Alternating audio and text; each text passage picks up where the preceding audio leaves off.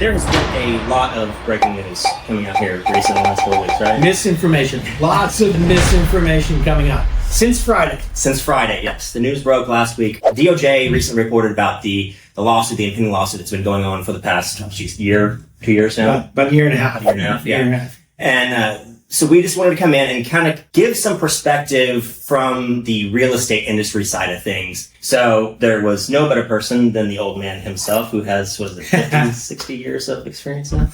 37 years of doing this stuff. When I started in real estate, we had MLS books. There was no internet. Did you have a rotary phone and did you chisel the contracts and stuff? I did have a rotary phone, by the way.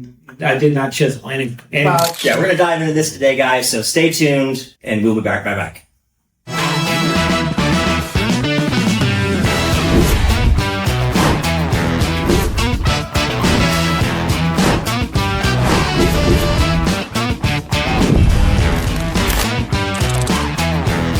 Be sure, stay tuned to the end so you guys can get all the information as it comes out, so we can help you guys as much as we can. And as always, if you guys like the content, be sure to like, comment, and subscribe.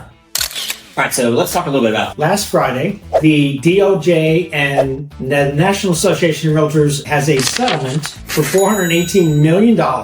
This came about a year and a half ago, where a gentleman in Chicago did not like the fact that the listing agent was determining how much his buyer agent was making. So the litigation is wrapped around the buyer's agent should be negotiating how much with the buyer's agent is making, not the listing agent. So if there's collusion in essence, that they're colluding. You're not the buyer's not the one paying you, that they're kind of working together because that's who's paying their agent. Well, yes, but I mean, for 37 years I've been doing that. And all the years of real estate, the seller has always paid the commission for the buyer's agent. Correct. Well, there really wasn't buyer's agents back in the day. Kind of like that. That was when did that become a thing? That was what, actually 90s, 1994. 1994. They changed from everybody used to represent the seller prior to 1994. There was an agent assigned to represent the buyer's interest and an agent assigned to represent the seller's interest. Well, even now, if you don't have a buyer's representation agreement with the buyer's agent, you are in de facto representing. My fiduciary duty as a realtor is automatically to the seller.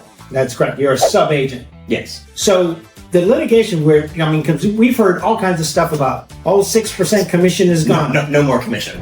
No more commission. It's all gone. First of all, we've negotiated our commission for years and years and years. The 6% commission, that boat floated a long time ago. Yeah. That's the difference that is going to happen now is the MLS in the multiple listing service. There could be no offer of compensation to a buyer's agent from a realtor to a realtor. It cannot be advertised in the multiple listing service and cannot be advertised. So what that means is when a seller is selling the house, they're going to pay, let's say I charge 3%. They're going to pay me 3%. They're not going to pay any buyer's agent any money. Yeah. That doesn't mean, by the way, that the buyer's agent is still not going to ask the seller to pay them. I love working for free. You like working? Well, yes, but the whole concept here is that the buyer and the buyer's agent... It's now latening that cost on the buyer instead. Correct. There's been some sellers that will offer 3% to a buyer's agent, some that will offer 2%, and sometimes 1.5%. Well, what happens is then the buyer's agent could say, could steer them. Yeah. And I'm not going to go show that because, that's offering me less money. And it's not on the up and up in the sense of the buyer and the seller don't know necessarily, even though in the listing agreement, it does state what they are willing to pay on the buy-side commission. So what the DOJ says, we don't even want there to be a discrepancy. A discrepancy at all. So a seller can no longer offer any compensation to a buyer's agent through the MLS system. Correct. It can be offered off of the MLS system.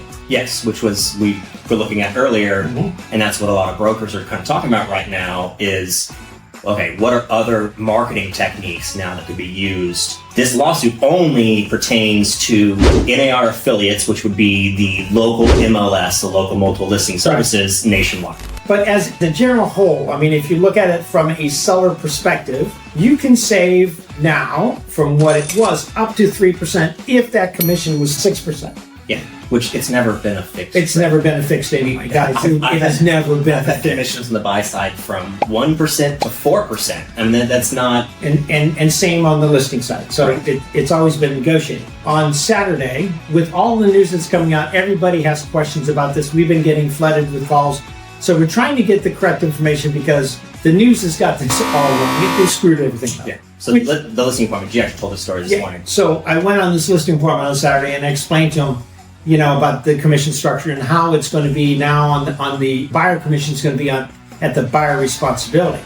He goes, well, then I should wait until mid-July for this to take place because I'm going to save 3% on my sales cost. Well, you could possibly save as much as that, but you're buying in Tampa, and this is across the nation. So now you're going to be responsible for the 3% on that side, which is going to be part of your closing costs. So he goes, well, okay, I'd rather not have more closing costs. So I said, you get lower amount when you sell the house, it's going to increase your buyer costs. It doesn't just go away. There's nothing going away. It's just the ability to negotiate it is what is different. And we talked about this today. I do think that we're going to probably see some settling in commissions. It's probably a lower rate than what we had seen previously. I don't foresee the quote-unquote 6%, which it's never again. My average commission in the past 10 to 12 years has never been 6%. I think we ran the numbers last year, 5.15, 5.2. 5.25. Yeah. 5.25 was our average was an commission. average commission. And that's both sides of the business. Both sides. Prior to, typically, the buyer side had a higher average commission because it usually was 3% or roundabout. We didn't want to harm our sellers by offering a reduced amount to the buyer. That's what the DOJ wants to stop, by the way. They don't want to disincentivize showings due to what a seller is willing to compensate. Yeah. Okay, so it's a wash. Unless you're selling your house and you're not buying another house. There's where there would be a savings to a seller. Correct. But assuming you were offering no commission through the buy side. Yes. And the way that I'm approaching all of my clients with this is, you may offer a closing cost to a buyer. And by offering a closing cost to a buyer, that's going to help them because that buyer now has 3% more closing cost. So there's different ways that we can offer and still incentivize and actually make our properties more attractive to the buyers. So this is all going to get washed out. We're going to see how this ends up playing out. Because Yes. I do think that this is one of those, I think, in the short term, they weren't looking down the road. Well, no, there's going to be a lot of iterations of this. Yeah. This is going to change quite a bit. And we'll be sure to update. As this goes along, we're going to keep coming through this to say, okay, hey, here's what we're seeing as the market changes. Because it's going to be changing the next six months to a year. We're going to start seeing things shake out a little differently. By the way, it's never made sense to me all these years why a seller paid the buyer's agent commission. Never has. I actually welcome this. Everybody's saying between 80 and 90% of the realtors get out of the business. I can't wait for that to actually happen. The number of times we have to deal with agents who just don't know what they're doing. They don't have the experience. The average realtor sold one home or less last year. How can they be proficient in their business? How can they understand negotiation and terms? And You can't. let's decrease the number of realtors by 80 to 90%. I would absolutely love that. Let's get them more professional.